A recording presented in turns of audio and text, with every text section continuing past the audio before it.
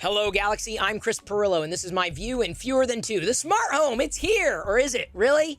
Like, huh? Like matter? This idea that matter was supposed to be a thing? I guess it's still a thing, but it's not a thing yet. Like, how long do we have to wait for the smart home to actually get smart? I feel smarter not connecting my dishwasher, not connecting my refrigerator, my toaster, things that don't need an IP address. I do not require a firmware update before I make coffee in the morning. I don't stress out. I have so many things that I need to stress out about. That is the last thing I want to worry about. So what's the deal with the smartphone?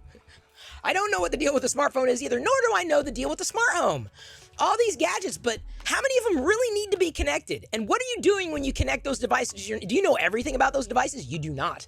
So if a device does not need to be connected to the network, I don't. Or if it does need to be connected, let's say for an important firmware update like a television, which may have a new feature. I had to do that to update HDR features on an HD TV that we have. Do they still call them HD TVs these days? Or is that like antiquated?